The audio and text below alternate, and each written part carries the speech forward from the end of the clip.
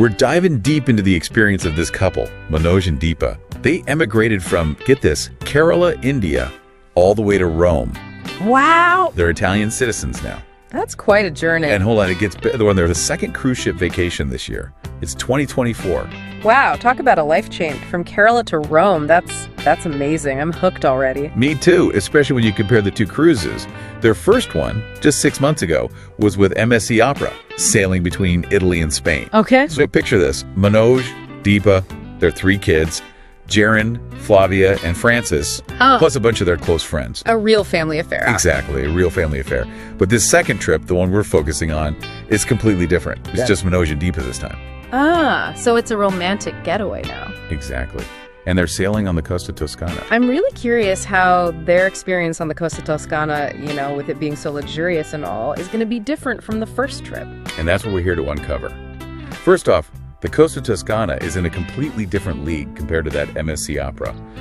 This ship is so massive, it actually has decks named after Italian cities. You're kidding. Imagine walking down Via Roma on deck 5, then heading up a couple levels to grab gelato on Capri. That's an amazing design idea. Really emphasizes that luxury, doesn't it? Right. And speaking of luxury, this ship has over 20 restaurants and bars. Can you believe that? Wow, over 20. Yeah.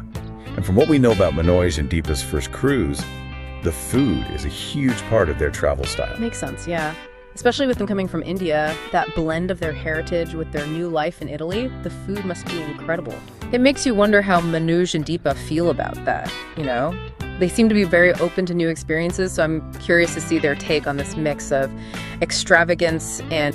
And speaking of those little moments, what do you think Manoj and Deepa are actually doing on board? I mean, there are endless things to do on this ship. What are they drawn to? Well, we know from the first cruise that food was a big deal for them, right? And with 20 restaurants on the Costa Toscana, I'd say they're probably checking out as many as possible. From those image-based narratives, I remember them snapping pics of all the crazy buffets on their first cruise. Right. And trying all these regional dishes. It's almost like, a metaphor for their life in Italy, trying all these new things and mixing it with what they already need time to sink in. Right. And the Costa Toscana, with all its Italian elegance, it's like a reflection of how far they've come as a couple. And who knows, maybe they're even doing a little shopping on board. A designer purse or a painting, something to remember this trip by. A little souvenir. But I don't think this trip is just about luxury for them. Remember how focused the Costa Toscana is on sustainability? Right. I bet that resonates with them. Definitely. Especially having been on a more traditional cruise, they're in a unique position to compare, They get to see how a cruise line can be both luxurious and responsible. Exactly. And maybe it even gets them thinking, talking about making more sustainable choices in their own lives. I mean, they're not afraid of change. It's like a ripple effect, The things we experience when we travel, the people we meet, it changes us, even in small ways. It's amazing what we can pick up from just these little snippets of their trip. It is fascinating, isn't it? Like detective work, trying to uncover the whole story. So as we wrap up our deep dive into Manoj and Deepa's cruise adventure, it really gets you thinking. How different is this trip from their first one? The luxury, the fact that it's just the two of them this time, the friends they brought along.